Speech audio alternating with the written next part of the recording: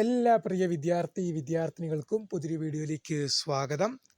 Degree admission 2024 ഒരുപാട് വിദ്യാർത്ഥികൾ comment അയച്ചും അല്ലാതെയൊക്കെ നിരവധി എന്നോട് ചോദിച്ചുകൊണ്ടിരിക്കുന്ന സംശയം തന്നെയാണ് ഡിഗ്രി അഡ്മിഷൻ എന്നാണ് ആരംഭിക്കുക. അതുമാത്രമല്ല, ഡിഗ്രിയിൽ ഏത് കോഴ്സ് എടുക്കണമെന്ന് സംശയമുള്ളവരുണ്ട്.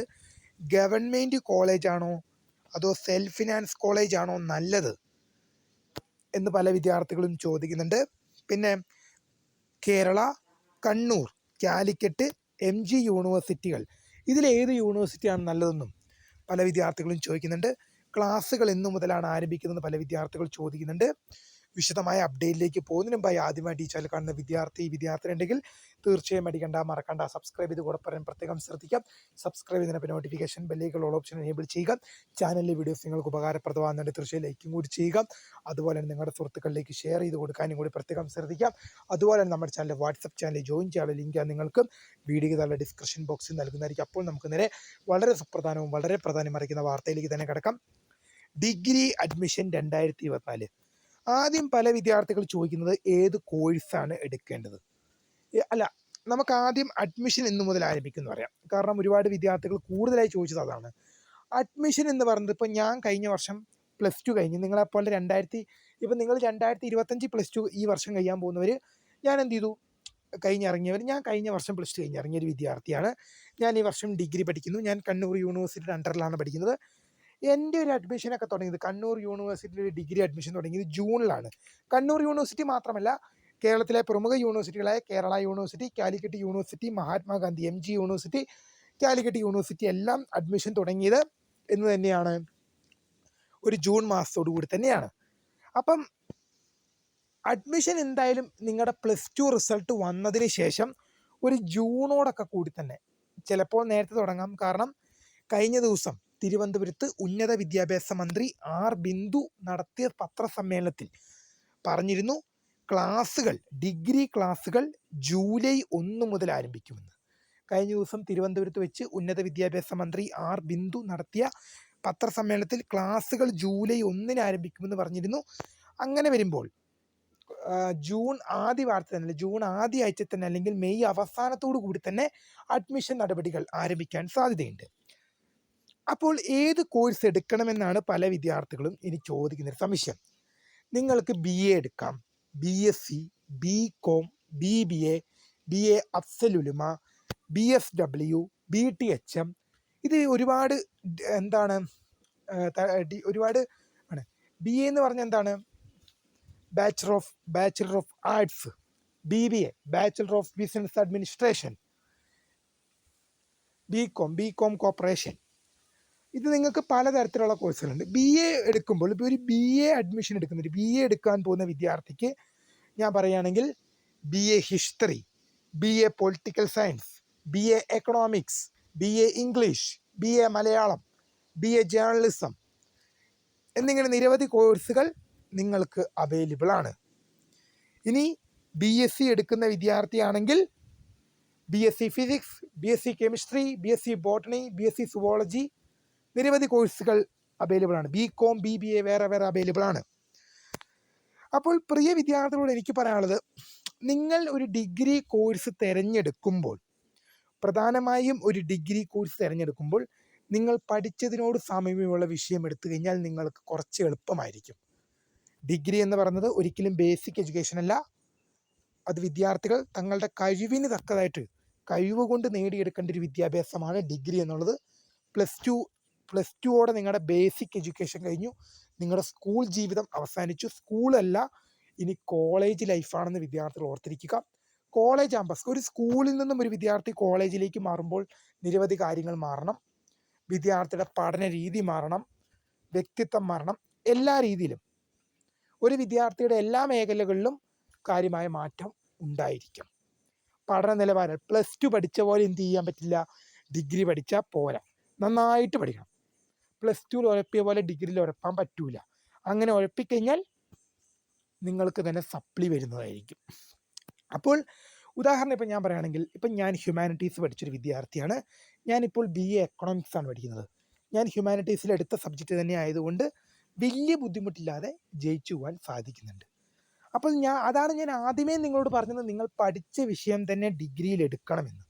അങ്ങനെയെങ്കിൽ നിങ്ങൾക്ക് എന്ത് ചെയ്യാം, പെട്ടെന്ന് വലിയ ബുദ്ധിമുട്ടില്ലാതെ നിങ്ങൾക്ക് കുറച്ച് പഠിക്കാനൊക്കെ ഒരു അവസരം. ഇപ്പം ഉദാഹരണം പറയുകയാണെങ്കിൽ ഹ്യൂമാനിറ്റീസ് പഠിച്ചൊരു കുട്ടിക്ക് ഹിസ്റ്ററി, പൊളിറ്റിക്സ് ഒക്കെ നിങ്ങൾക്ക് എടുക്കാം ഡിഗ്രിക്ക്. അങ്ങനെ എടുത്തു കഴിഞ്ഞാൽ നിങ്ങൾക്ക് +2 ഒരു ബേസ് ഉണ്ട്.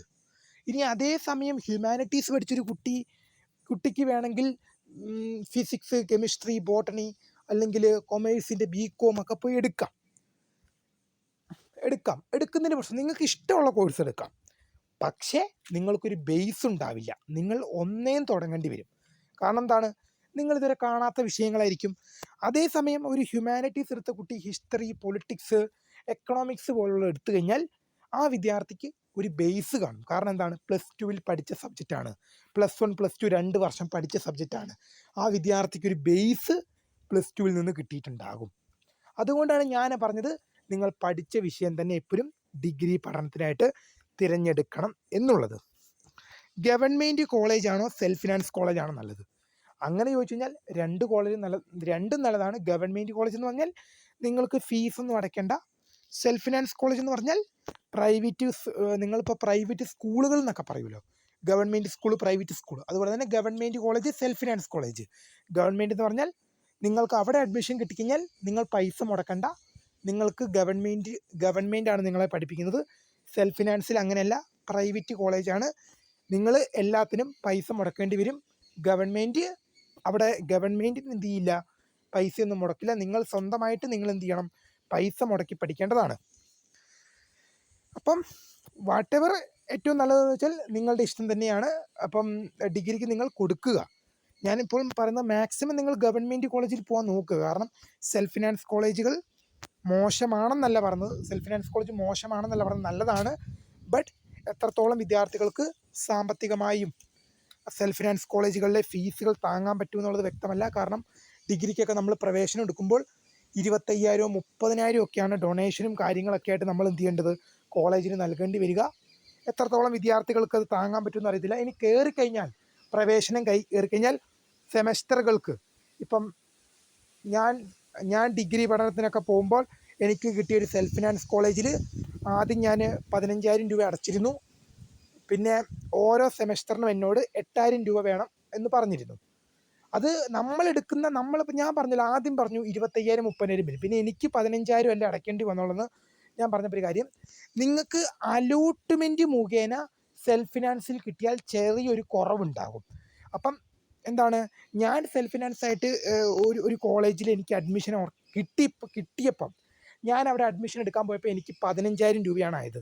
അത് 25,000 ആണ് എന്ത് ചെയ്യുന്നത്, എല്ലാ വിദ്യാർത്ഥികളും വാങ്ങുന്നത്. കാരണം എനിക്ക് അവിടെ അലോട്ട്മെൻറ്റ് വഴി എന്ത് ചെയ്തതാണ്, കിട്ടിയതാണ്. അതുകൊണ്ടാണ് 15,000. അവിടെ ഡയറക്റ്റ് വന്ന് അഡ്മിഷൻ എടുക്കുന്നൊരു കുട്ടിക്ക് എന്ത് ചെയ്യണം, 25,000 30,000 കൊടുക്കണം. ഞാൻ അലോട്ട്മെൻറ്റ് വന്ന ഒരു കുട്ടി ആയതുകൊണ്ട് എന്ത് ചെയ്തു, കുറഞ്ഞു കിട്ടുന്നത്. ഇപ്പം നിങ്ങൾ അലോട്ട്മെൻറ്റ് വന്ന ഒരു കുട്ടിയാണെങ്കിൽ നിങ്ങൾക്ക് കുറഞ്ഞു കിട്ടും.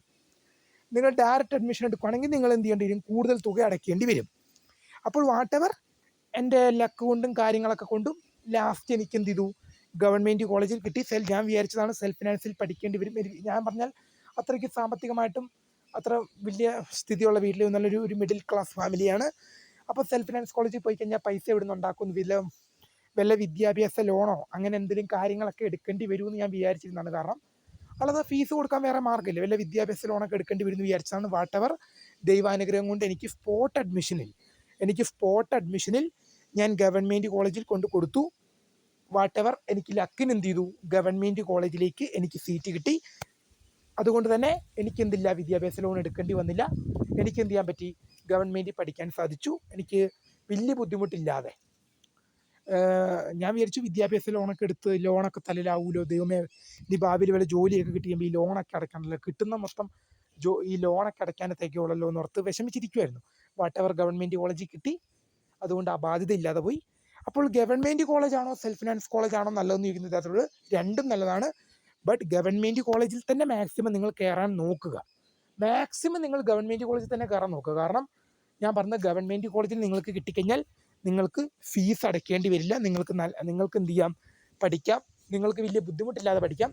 സെൽഫ് ഫിനാൻസ് കോളേജിൽ പോയി കഴിഞ്ഞാൽ നിങ്ങൾക്ക് നിങ്ങളുടെ വീട്ടിൽ പൈസ ഉണ്ടെങ്കിൽ ഓക്കെ, നിങ്ങളിപ്പോൾ അത്യാവശ്യം നല്ല ഫിനാൻഷ്യലി നല്ല സെറ്റിൽമെൻ്റ് ആണ്, നിങ്ങളുടെ ഫാമിലി